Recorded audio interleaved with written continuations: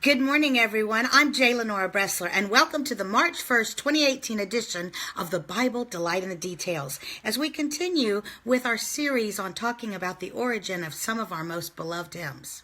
Yes, I am dressed like a little leprechaun because I am going to a meeting where this is the monthly meeting, and so there's a St. Patrick's Day theme. But it's appropriate because of what I'm talking about today. One of people's favorite hymns, many of them, is Be Thou My Vision. I know it's my pastor's favorite hymn, or at least one of them, and it has an Irish background, so let's talk about it. Be Thou My Vision is a very old hymn. In fact, it is believed that the lyrics date all the way back to the 5th century. The lyrics have traditionally been said to have been written by a Christian missionary and Saint Delon. But actually, new scholarship believes that it was based on an earlier poem by none other than St. Patrick himself. Yes, a poem that he called was called St. Patrick's Breastplate, also known as St. Patrick's Lorica. A lorica was a poem or hymn in the early Middle Ages which sought protection from the Lord.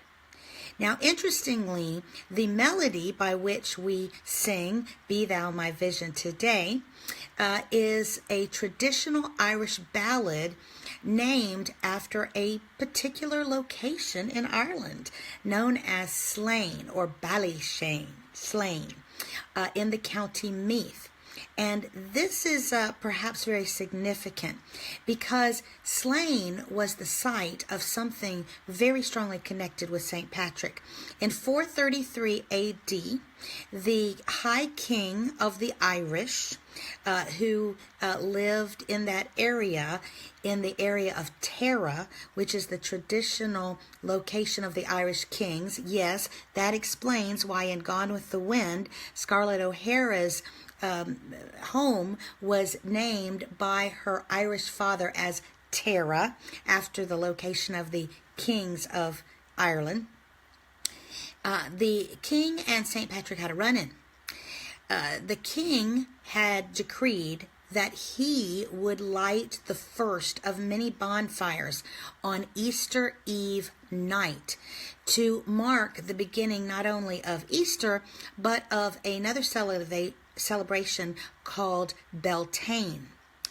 St. Patrick, however, beat him to the punch and deliberately lit the fire of the church, his fire, on a neighboring hilltop prior to the king's fire, thereby indicating that God came before any man, even the king.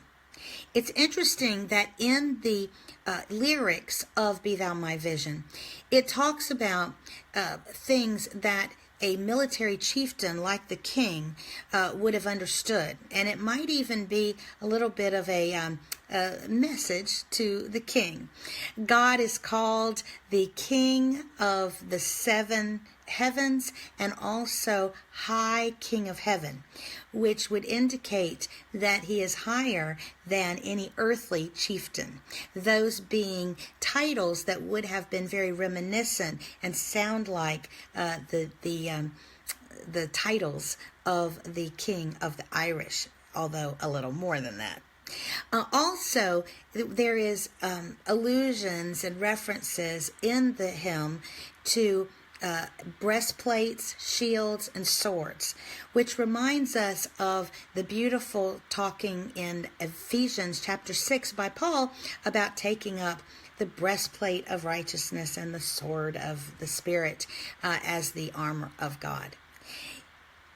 I love this hymn myself. I love Ireland.